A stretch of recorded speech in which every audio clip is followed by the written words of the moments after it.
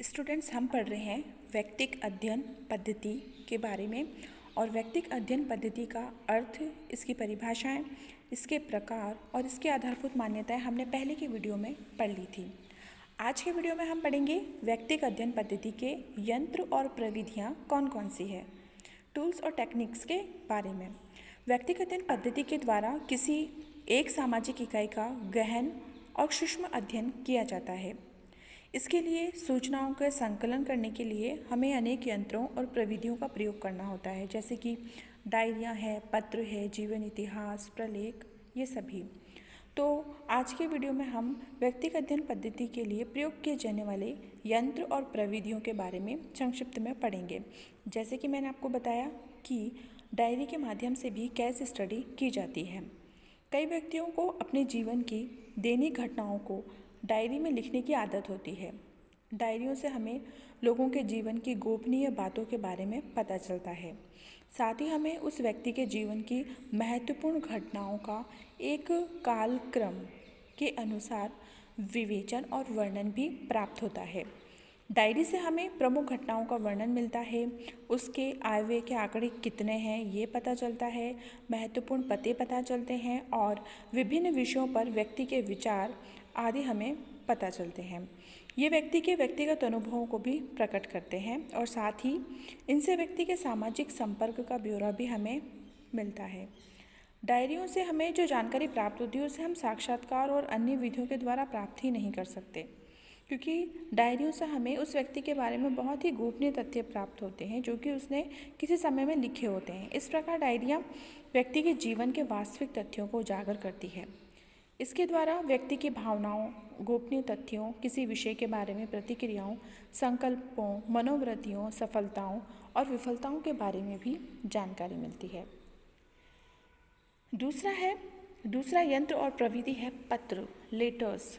पत्र और लेटर्स के द्वारा भी हम किसी व्यक्ति की कैसे स्टडी कर सकते हैं। पत्रों के माध्यम से व्यक्ति अपनी भावनाओं और विचारों का आदान प्रदान करते हैं। पत्र कई बार व्यक्ति के एक विषय पर उसके दृष्टिकोण का चित्रण करते हैं। पत्रों के माध्यम से एक व्यक्ति के दूसरे व्यक्ति के साथ संबंधों का ज्ञान होता है। पत्रों के अंतर्गत व्यक्ति के जीवन की अंतरंग सामग्री भी उपलब्ध होती है जो कुछ निश्चित तथ्यों पर प्रकाश डालती है। पत्रों में जीवन की कुछ वास्तविक घटनाएं भी लिखी जाती है। पंडित जवाहरलाल नेहरू ने श्रीमती इंदिरा गांधी को पत्रों के माध्यम से ही भारत और विश्व इतिहास की अनेक घटनाओं के बारे में जानकारी दी थी। ये पत्र पहले पिता के पत्र, पुत्री के नाम और बाद में विश्व इतिहास की एक झलक शीर्षक से पुस्तकों के रूप में प्रकाशित हुए थे। पत्रों के माध्यम से हम व्यक्ति के मनोभावों, मित्रता, शत्रुता, प्रेम, घृणा, आशा, निराशा, जीवन के मूल्य, तनाव, विश्वास और महत्वाकांक्षाओं के बारे में जानकारी प्राप्त कर सकते हैं। महापुरुषों के पत्र उनकी मृत्यु के पश्चात भी प्राचीन संग्रहालयों में उपलब्ध होते हैं। यदि हम व्यक्ति के जीवन के बारे में वास्तविक और महत्वपूर्ण अनुभवों और विचारों को जानना चाहते हैं तो उसके द्वारा लिखे हुए पत्र एक महत्वपूर्ण साधन है। जीवन की कटु अनुभूतियों और मधुर स्मृतियों की वास्तविक और विश्वसनीय जानकारी हमें पत्रों के माध्यम से ही मिल सकती है। तीसरा स्रोत है जीवन इतिहास, लाइफ हिस्ट्री। व्यक्तिगत अध्ययन में सबसे अधिक महत्वपूर्ण सूचना का स्रोत जीवन इतिहास को या लाइफ हिस्ट्री को माना जाता है, क्योंकि इसमें जीवन से जुड़े हुए लिखित तथ्य होते हैं जिनमें घटनाओं की श्रृंखला, उनका समूह और सांस्कृतिक मूल्यों के साथ संबंध ज्ञात होता है। इसमें व्यक्ति स्वयं अपनी भाषा में अपने जीवन की घटनाओं और अनुभवों का वर्णन करता है। इसमें जीवन के विकास का ऐतिहासिक वर्णन मिलता है और जीवन इतिहास को जॉन मैज ने परिभाषित किया है। जॉन मैज कहते हैं कि जीवन इतिहास का अर्थ है विस्तृत आत्मकथा, लेकिन व्यावहारिक अर्थ में इसमें किसी भी जीवनी संबंधी सामग्री को सम्मिलित किया जा सकता है। एक जीवन इतिहास में मुख्य रूप से कुछ बातों पर प्रकाश डाला जा सकता है, जैसे कि पारिवारिक पृष्ठभूमि और वे पारिवारिक दशाएं और घटनाएं जिन्होंने व्यक्ति के जीवन को प्रभावित और परिवर्तित भी किया है। परिस्थितियों के प्रति व्यक्ति की प्रतिक्रिया का विश्लेषण, जीवन की महत्वपूर्ण घटनाएं जिन्होंने व्यक्ति को प्रेरणा और प्रोत्साहन दिया हो या व्यक्ति के जीवन में निराशा उत्पन्न की हो। संपूर्ण जीवन के अनुभव इसके माध्यम से प्राप्त हो सकते हैं। प्रभावशाली व्यक्ति की मनोवृत्तियाँ और उसकी आशाएं तत्कालीन परिस्थिति के अनुसार भविष्य के प्रति व्यक्ति की क्या धारणा है। डोलार्ड सांस्कृतिक पृष्ठभूमि को ज्ञात करने के लिए जीवन इतिहास को महत्वपूर्ण मानते हैं। इस प्रकार जीवन इतिहास अपने जीवन की घटनाओं के प्रति स्वयं व्यक्तियों का एक इच्छिक वर्णन है। व्यक्तिगत अध्ययन में जीवन इतिहास को लेखबद्ध और विश्लेषित किया जाता है। इनके द्वारा सामाजिक व्यवहारों के बारे में पर्याप्त जानकारी मिल सकती है। चौथा यंत्र है प्रलेख या डॉक्यूमेंट्स। डायरी, पत्र और जीवन इतिहास के अलावा व्यक्तिगत विषयों के अध्ययन में कुछ अन्य स्रोतों जैसे व्यक्तिगत प्रलेख का भी उपयोग किया जाता है। इसमें आत्मकथाएं, स्कूल और कॉलेज के रिकॉर्ड, वंशावली, पुस्तकों, पत्रिकाओं, सरकारी और गैर सरकारी विज्ञप्तियों, साहित्यिक सामग्रियों, भूत और वर्तमान से जुड़ी हुई अनुसंधान प्रतिवेदनों आदि को सम्मिलित किया जा सकता है। ऑलपोर्ट ने इसके बारे में लिखा है कि ये व्यक्तिगत प्रलेख आत्म प्रदर्शन करने वाले ऐसे तथ्य हैं जो इच्छापूर्वक या अनिच्छापूर्वक लेखक के मानसिक जीवन की संरचना, गत्यात्मकता और कार्य करने के बारे में प्रत्यक्ष सूचनाएं देते हैं। इनके द्वारा व्यक्ति के जीवन दर्शन, सामाजिक संबंधों और व्यक्तित्व पर प्रभाव पड़ता है। इस प्रकार व्यक्तिगत प्रलेखों के अलावा कुछ अन्य ऐसे स्रोत भी हैं जिनके माध्यम से हम व्यक्तिगत अध्ययन विषय के बारे में जानकारी प्राप्त कर सकते हैं। ये स्रोत द्वितीयक स्रोत कहलाते हैं। इसमें सरकारी रिकॉर्ड हैं, पुलिस और न्यायालय के रिकॉर्ड हैं, जनगणना रिकॉर्ड हैं, बीमा रिकॉर्ड, आयकर रिकॉर्ड, प्रकाशित साहित्य है, मित्रों और संबंधियों से साक्षात्कार और अवलोकन, इन सभी को इसमें शामिल किया जाता है। इसके अलावा कुछ संस्मरण भी होते हैं, केस से संबंधित कुछ वंशावली होती है, कुछ फोटोग्राफ्स होते हैं, एल्बम्स होती हैं, नक्शे, चार्ट, प्रमाण पत्र, समाचार पत्रों में छपी हुई खबरें, ये सभी व्यक्ति के बारे में महत्वपूर्ण सूचना प्रदान करते हैं। इसके बाद हम पढ़ेंगे व्यक्तिगत अध्ययन पद्धति के गुण और उसके दोष कौन कौन से हैं। वर्तमान में सामाजिक अनुसंधान में व्यक्तिगत अध्ययन पद्धति का प्रयोग अधिक होने लगा है। किसी प्रश्नावली को तैयार करने से पहले और मुख्य साक्षात्कार के संचालन से पहले अनुसंधानकर्ता जो रिसर्चर होता है वो अनेक व्यक्तिगत मामलों की जानकारी प्राप्त करना उपयोगी मानता है। लुंडबर्ग व्यक्तिगत अध्ययन पद्धति को वैज्ञानिक पद्धति की सहायक व्यवस्था मानते हैं। वे लिखते हैं कि व्यक्तिगत अध्ययन पद्धति स्वयं में बिल्कुल एक वैज्ञानिक पद्धति नहीं है, बल्कि ये वैज्ञानिक कार्यप्रणाली का एक सोपान है। वर्तमान समय में मनोचिकित्सा विज्ञान का विकास व्यक्तिगत अध्ययनों और उनके सफल उपचारों के कारण ही हुआ है। चिकित्सा विज्ञान में रोग के निदान की आधारभूत विधि व्यक्तिगत अध्ययन ही है। समाजशास्त्र, सामाजिक सेवा कार्य, मानवशास्त्र, मनोविज्ञान, शिक्षा शास्त्र और अर्थशास्त्र के क्षेत्र में तो इस विधि का प्रयोग दिन प्रतिदिन बढ़ता ही जा रहा है। विचलित व्यवहार और समस्यात्मक व्यवहारों की जानकारी के लिए तो यह विधि सर्वोत्तम विधि मानी जाती है। इस विधि के बारे में गॉफमैन ने कहा है कि इस विधि को समाज विज्ञान की एकमात्र गहन और विश्वसनीय विधि माना जाना चाहिए। इस प्रकार से व्यक्तिगत अध्ययन पद्धति सामाजिक अनुसंधान में महत्वपूर्ण योगदान देती है और इसके महत्वपूर्ण गुण या महत्व कौन कौन से हैं, जैसे कि सूक्ष्म अध्ययन करने में ये विधि बहुत सहायक होती है। व्यक्तिगत अध्ययन विधि का सबसे महत्वपूर्ण गुण यह है कि इस विधि के द्वारा हम किसी इकाई का बहुत गहनतम और सूक्ष्म अध्ययन कर सकते हैं और इसीलिए बर्गेस ने इसे सामाजिक सूक्ष्म दर्शक यंत्र कहा है। इसके द्वारा समस्या के सामान्य और विशिष्ट सभी पक्षों का अध्ययन किया जा सकता है। अगली विशेषता या महत्व है कि इस विधि के द्वारा जो निष्कर्ष निकाले जाते हैं उनसे हमें कुछ महत्वपूर्ण उपकल्पनाओं का निर्माण कर सकते हैं। कुछ हाइपोथेसिस हैं जो हम इसके द्वारा बना सकते हैं। परिस्थितियों और व्यक्तियों की प्रकृति जानकारी प्राप्त करके सामान्यीकरण किया जा सकता है और नवीन उपकल्पनाओं का भी निर्माण इसमें किया जा सकता है। इस विधि के माध्यम से किसी बड़े अध्ययन को प्रारंभ करने से पहले प्रारंभिक स्तर पर कुछ व्यक्तिगत इकाइयों की जानकारी प्राप्त कर लेना आगे अनुसंधान की दृष्टि से उपयोगी होता है। इससे अनेक प्रकट और अप्रकट तथ्यों की जानकारी प्राप्त होती है। कुछ विद्वान इसे संकलन की एकल विधि भी कहते हैं। व्यक्तिगत अध्ययनों से हमें इकाइयों की प्रकृति और समग्र के निर्धारण में भी सहायता मिलती है। व्यक्तिगत अध्ययन पद्धति के द्वारा जो उपकल्पनाएं बनाई जाती हैं उनसे कई महत्वपूर्ण यंत्रों के निर्माण में सहायता मिलती है। प्रश्नावली, अनुसूची, साक्षात्कार, पथ प्रदर्शिका के निर्माण से पहले व्यक्तिगत अध्ययन कर लेना उपयोगी होता है। इससे अध्ययनकर्ता को विश्वास हो जाता है कि उसने समस्त उपयोगी और संबंधित सामग्री को अपने अध्ययन यंत्रों में शामिल किया है या नहीं। व्यक्तिगत अध्ययनों के द्वारा हमें व्यक्ति के विचारों, मूल्यों, मनोवृत्तियों, व्यवहारों और धारणाओं के बारे में जानकारी मिलती है। ऐसी जानकारी व्यक्ति की सामान्य प्रकृति को समझने के लिए बहुत ज़रूरी भी होती है। व्यक्तिगत अध्ययन इस दृष्टि से भी उपयोगी है कि इसके द्वारा इकाई के बारे में पूरी जानकारी प्राप्त की जाती है और इसके द्वारा जो सामग्री संकलित की जाती है वह किसी अन्य विधि के द्वारा नहीं की जा सकती। व्यक्तिगत अध्ययन में किसी व्यक्ति या घटना के कालक्रम के अनुसार निरंतरता बताई जाती है। समय के अनुसार उसमें आने वाले उतार चढ़ाव और परिवर्तनों की क्रमबद्ध तस्वीर इस विधि द्वारा खींची जा सकती है। समाज में चलने वाली दीर्घकालीन प्रक्रियाओं को भी इस विधि के द्वारा जान पाना सरल है। इस प्रणाली के द्वारा व्यक्ति घटना या स्थिति की भूतकालीन अवस्था का ज्ञान प्राप्त किया जा सकता है। भूतकालीन क्रम को समझे बिना किसी भी समाज का अध्ययन अधूरा ही रहता है। तुलना करना और वर्गीकरण करने में भी व्यक्तिगत अध्ययन विधि महत्वपूर्ण है।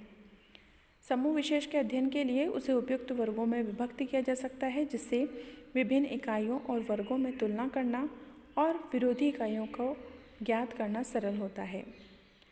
ये विधि सामान्यीकरण का सफल आधार प्रदान करती है और विभिन्न इकाइयों के गहन, सूक्ष्म और विस्तृत अध्ययन के आधार पर सामान्यीकरण प्राप्त करने के लिए भी यह विधि समग्र पर लागू की जा सकती है। इस विधि के माध्यम से हमें कुछ नए अनुभवों का ज्ञान प्राप्त होता है। इस विधि में अनुसंधानकर्ता को व्यक्ति की मनोवृत्ति, मूल्यों, विचारों, विश्वासों और उन्हें प्रोत्साहित और परिवर्तित करने वाले कारकों की जानकारी प्राप्त होती है, जो अध्ययनकर्ता के अनुभव को व्यापक बना देती है। शोधकर्ता का परिपक्व अनुभव भावी अनुसंधानों के सफल संचालन की गारंटी प्रदान करता है। व्यक्तिगत अध्ययन के द्वारा व्यक्ति के जीवन के कई तथ्यों का उद्घाटन होता है और ज्ञान भी प्राप्त होता है। इसके द्वारा व्यक्ति की क्रियाओं के निर्धारक कारकों, उनका प्रभाव, घटनाओं के बारे में कार्यकारण संबंधों को भी ज्ञात किया जा सकता है। व्यक्तिगत अध्ययन के लिए ये आवश्यक है कि हम घटना को कार्य कारण के संदर्भ में ही देखें। व्यक्तिगत अध्ययन पद्धति व्यक्ति के समाजीकरण की प्रक्रिया और उसके अपराधी या सफल व्यवसायी बनने में उसे किन किन प्रक्रियाओं से गुजरना पड़ता है, इसका ज्ञान और व्यक्ति के जीवन में परिवर्तन की प्रक्रिया की जानकारी प्राप्त करने का सर्वाधिक उपयोगी तरीका है। विभिन्न प्रकार की सूचनाएं प्राप्त करने में व्यक्तिगत अध्ययन में अनुसंधानकर्ता संगठन के द्वारा प्रयोग की जाने वाली प्रविधियों और साधनों, जैसे कि गहन साक्षात्कार, प्रश्नावलियों, आत्मकथा, प्रलेख, अन्य व्यक्तियों के द्वारा अध्ययन प्रतिवेदन और पत्र आदि का प्रयोग कर सकता है। व्यक्तिगत अध्ययन के द्वारा व्यक्तियों के जीवन संबंधी भूतकालीन और वर्तमान स्थितियों की जानकारी प्राप्त की जाती है। व्यक्ति के बौद्धिक और सांस्कृतिक स्तरों, उसकी क्षमताओं, व्यवहारों, स्वभावों और चरित्र का ज्ञान प्राप्त करके उसके संपूर्ण व्यक्तित्व को समझाने में यह विधि सहायक होती है। व्यक्तिगत अध्ययन पद्धति के द्वारा मनोवैज्ञानिक अध्ययन करना उपयोगी सिद्ध हुआ है। निदानात्मक मनोविज्ञान, औद्योगिक मनोविज्ञान, मनोप्रकृति विज्ञान से जुड़ी हुई समस्याओं के बारे में अध्ययन करने में यह विधि बहुत उपयोगी समझी जाती है। चिकित्सा विज्ञान में भी इस विधि का प्रयोग किया जाता है। ये विधि चिकित्सा विज्ञान में ही प्रयुक्त की जाती थी, जिसमें चिकित्सक रोगी की शुरू से लेकर अब तक की या उसकी वर्तमान स्थिति तक की शारीरिक स्थिति और स्वास्थ्य की जानकारी प्राप्त करके ही उसके रोग का निदान ढूंढता है। व्यक्तिगत अध्ययन पद्धति के द्वारा प्रशासकों को भी अपने प्रशासन के बारे में उपयोगी सूचनाएं प्राप्त होती हैं। व्यक्तिगत अध्ययन के द्वारा सांख्यिकी तथ्यों को सही परिप्रेक्ष्य में रखा जाता है। व्यक्तियों के गुणों से संबंधित अनुसंधान में भी इस विधि का प्रयोग किया जाता है और वैज्ञानिक और व्यवस्थित जानकारी के लिए सांख्यिकी प्रयोग भी किए जाते हैं। इस प्रकार विभिन्न दृष्टिकोणों से व्यक्तिगत अध्ययन पद्धति सामाजिक अनुसंधानों में अपना महत्वपूर्ण योगदान रखती है। व्यक्तिगत अध्ययन पद्धति के कुछ गुण और महत्व होने के अतिरिक्त दोष भी हैं, कुछ सीमाएं हैं। व्यक्तिगत अध्ययन पद्धति के जहाँ कई लाभ, गुण, उपयोग हैं, वहीं इसके दोष भी हैं और इसे हम दोषों से मुक्त नहीं कह सकते। कुछ विद्वानों ने तो इस अध्ययन की वैज्ञानिक विधि होना ही अस्वीकार किया है। व्यक्तिगत अध्ययन अपने आप में कोई वैज्ञानिक विधि नहीं है, बल्कि वैज्ञानिक कार्यविधि का एक प्रथम चरण मात्र है, ऐसा लुंडबर्ग का मानना था। इस विधि के महत्वपूर्ण दोष कौन कौन से हैं, अभी हमें ये देखना है। तो इस विधि में कुछ इकाइयों के अध्ययन के आधार पर ही निष्कर्ष निकाले जाते हैं और उन्हें समग्र पर लागू किया जाता है। साथ ही इसमें सूचना संकलन की प्रक्रिया भी संगठित और नियमित नहीं होती और इसमें व्यक्ति के जीवन संबंधी सूचनाओं का सत्यापन और प्रमापीकरण भी संभव नहीं है।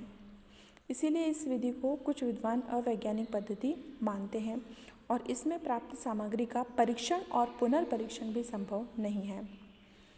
व्यक्तिगत अध्ययन पद्धति के द्वारा कुछ इकाइयों के बारे में सामग्री तो काफ़ी प्राप्त कर ली जाती है, लेकिन इन थोड़े से अध्ययनों के आधार पर प्राप्त सामान्यकरणों को समग्र पर लागू करना अनुसंधान के मौलिक सिद्धांत के बिल्कुल विरुद्ध माना गया है। इसका कारण ये है कि थोड़ी सी इकाइयों को विशाल क्षेत्र के प्रतिनिधि के रूप में स्वीकार नहीं किया जा सकता और इसीलिए व्यक्तिगत अध्ययन पद्धति द्वारा प्राप्त सामान्यकरण सीमित और अवैज्ञानिक कहे जा सकते हैं। व्यक्तिगत अध्ययन में केवल कुछ इकाइयों का चयन करके अध्ययन किया जाता है और इसीलिए इस विधि के द्वारा विस्तृत क्षेत्र का अध्ययन संभव नहीं है। जीवन इतिहास केवल सीमित इकाइयों का ही ज्ञात किया जा सकता है। समग्र की प्रत्येक इकाई का गहन अध्ययन करने में यह विधि सर्वथा अनुपयुक्त ही है।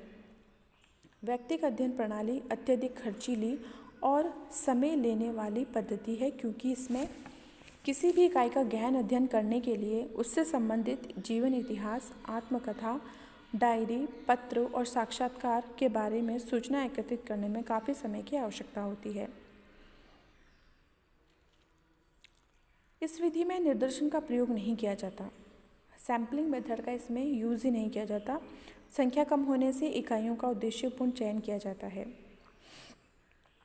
व्यक्तिगत विषयों में प्राप्त सामग्री को विश्वसनीय नहीं कहा जा सकता, क्योंकि कई बार रिकॉर्ड अपूर्ण और त्रुटिपूर्ण होते हैं और यदि वे असावधानीपूर्वक लिखे गए हों तब तो वे यथार्थ स्थिति के बिल्कुल विपरीत हो जाते हैं और हमें बिल्कुल विपरीत जानकारी देते हैं। फॉर एग्जाम्पल, पुलिस के रिकॉर्ड में एक व्यक्ति को अपराधी दर्ज किया गया है, लेकिन वास्तविक जीवन में वह एक सच्चा व्यक्ति है। उपयुक्त गवाह के अभाव में और धन की कमी और रिश्वत न दे पाने के कारण यदि उस व्यक्ति को जेल में रहना पड़ता है तो इसका अर्थ ये नहीं है कि वो वास्तव में अपराधी है। तो इस तरीके से व्यक्तिगत अध्ययन पद्धति का ये दोष है कि इसके माध्यम से दोषपूर्ण रिकॉर्ड प्राप्त होते हैं। चूँकि जीवन इतिहास स्वरचित होता है, इसलिए इसमें घटनाओं का उल्लेख अलंकारिक भाषा में किया जाता है। कई बार व्यक्ति काल्पनिक घटनाओं का भी उल्लेख कर देता है और सामाजिक मर्यादा के विपरीत पाए जाने वाले तथ्यों का उल्लेख नहीं करता। ऐसी स्थिति में जीवन इतिहास यथार्थ सूचनाएं नहीं दे पाते। इसके अलावा व्यक्तिगत अध्ययन विधि इस रूप में भी दोषपूर्ण है कि व्यक्तिगत अध्ययनकर्ता को ये भ्रम हो जाता है कि उसे सभी बातों की पूर्ण जानकारी है और इसीलिए उसके द्वारा संकलित गलत तथ्य भी उसे सही प्रतीत होते हैं। ऐसी स्थिति में वह अनुसंधान द्वारा प्राप्त तथ्यों पर अत्यधिक विश्वास कर लेता है और उसकी पुनर्परीक्षा भी नहीं करता है और उसके जो रिसर्च है उसमें कुछ गलत सामग्रियों का समावेश हो जाता है। अनुसंधानकर्ता का इसमें पक्षपात होता है, क्योंकि इस विधि का प्रमुख दोष ये माना जाता है कि अध्ययनकर्ता के पक्षपात की संभावना रहती है। लंबे समय तक इकाइयों के संपर्क में रहने के कारण अध्ययनकर्ता उनसे प्रभावित होता है और स्वयं भी उनसे प्रभावित करता रहता है। ऐसी स्थिति में वास्तविक तथ्यों को भावात्मक लगाव के कारण तोड़ मरोड़ कर भी प्रस्तुत किया जाता है। परिणाम स्वरूप जो तथ्य प्राप्त होते हैं, निष्कर्ष प्राप्त होते हैं, वो पक्षपातपूर्ण होते हैं और अवैज्ञानिक होते हैं। इस प्रणाली का एक दोष यह है कि इसके द्वारा प्राप्त तथ्यों की विश्वसनीयता की जांच करना संभव नहीं होता। कई तथ्यों के बारे में स्वयं व्यक्ति के अतिरिक्त अन्य लोगों को जानकारी नहीं होती और न ही इकाइयों की तुलना किसी अन्य इकाइयों से की जा सकती है।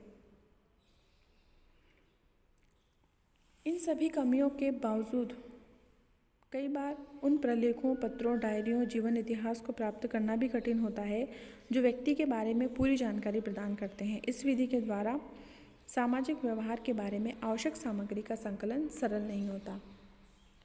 व्यक्तिगत अध्ययन पद्धति का अगला टॉपिक है कि व्यक्तिगत अध्ययन विधि के सांख्यिकी और सर्वेक्षण विधियों से क्या डिफरेंस है, क्या क्या अंतर है इन दोनों में। सामाजिक घटना पर व्यक्तिगत अध्ययन और सांख्यिकी तथा सर्वेक्षण विधियां भिन्न भिन्न दृष्टिकोणों से विचार करती है। व्यक्तिगत अध्ययन में सामाजिक घटनाओं के कारकों, उनके पारस्परिक संबंधों और क्रम को ज्ञात किया जाता है, लेकिन सर्वेक्षण में सीमित कारकों के अध्ययन के द्वारा घटनाओं की आवृत्ति, प्रवृत्ति और स्वरूप को ज्ञात किया जाता है। इस आधार पर इन दोनों ही विधियों में, व्यक्तिगत अध्ययन विधि और सांख्यिकी एवं सर्वेक्षण विधियों में कुछ अंतर हैं जो हम यहाँ पे देखते हैं। कौन कौन से हैं? व्यक्तिगत अध्ययन विधि गुणात्मक और वर्णनात्मक है। इसमें अनुसंधान के तथ्यों को संख्या में प्रकट नहीं किया जा सकता और इसीलिए ये एक प्रकार की गुणात्मक या वर्णनात्मक विधि है। लेकिन सर्वेक्षण और सांख्यिकी विधि संख्यात्मक और विश्लेषणात्मक होती है, जिनके निष्कर्ष हमें संख्या में प्राप्त होते हैं। व्यक्तिगत अध्ययन विधि एक इकाई का गहन और सूक्ष्म अध्ययन करती है, इसलिए यह सूक्ष्मदर्शी विधि माइक्रोस्कोपी मेथड है। लेकिन सर्वेक्षण विधि और सांख्यिकी विधि समस्या से संबंधित विस्तृत क्षेत्र में तथ्यों का संकलन करती है और इसलिए यह बृहद विधि मानी जाती है। सांख्यिकी और सर्वेक्षण विधि में अनेक इकाइयों में से निदर्शन के द्वारा अध्ययन हेतु कुछ इकाइयों का चयन किया जाता है, लेकिन व्यक्तिगत अध्ययन विधि में निदर्शन विधि का प्रयोग नहीं होता है। व्यक्तिगत अध्ययन विधि में घटना और इकाइयों को भूतकाल और ऐतिहासिक परिप्रेक्ष्य में देखा जाता है, लेकिन सर्वेक्षण और सांख्यिकी विधि में घटनाओं का वर्तमान संदर्भ में अध्ययन किया जाता है। व्यक्तिगत अध्ययन पद्धति के निष्कर्ष सामान्य ज्ञान और तर्क पर आधारित होते हैं, लेकिन सांख्यिकी और सर्वेक्षण के निष्कर्ष गणितीय आधार पर प्राप्त होते हैं। व्यक्तिगत अध्ययन पद्धति में भावात्मक प्रभाव अधिक होता है, इसलिए इसमें निश्चितता कम पाई जाती है, जबकि सांख्यिकी और सर्वेक्षण पद्धति संख्यात्मक होने के कारण अधिक निश्चित होती है और उसके निष्कर्ष सांख्यिकी नियमों पर आधारित होते हैं। इन दोनों विधियों में अंतर होने के बावजूद भी ये दोनों विधियां एक दूसरे की पूरक मानी जाती हैं। सर्वेक्षण विधि के द्वारा निकाले गए निष्कर्षों की सत्यता की परख कुछ इकाइयों के गहन अध्ययन के द्वारा की जाती है। दूसरी ओर एक इकाई के जीवन के इतिहास का मूल्यांकन विशाल क्षेत्र के सर्वेक्षण से प्राप्त निष्कर्षों द्वारा किया जाता है। इसके संबंध में पीवी यंग ने कहा है कि सांख्यिकी और व्यक्तिगत अध्ययन पद्धति अधिकांशतः एक दूसरे के सहायक है, क्योंकि इनमें से प्रत्येक पद्धति एक ही सामाजिक स्थिति को विभिन्न दृष्टिकोणों से देखती है और उस स्थिति में प्रभाव डालने वाले सामाजिक कारकों पर पृथक रूप से बल देती है। इसके संदर्भ में गुडे और हार्ट ने भी कहा है कि सांख्यिकी शास्त्री और व्यक्ति कार्यकर्ता अपनी प्रवृत्तियों की श्रेष्ठता के प्रति लड़ने की बजाय एक दूसरे के ऋणी के रूप में लाभ उठा सकते हैं।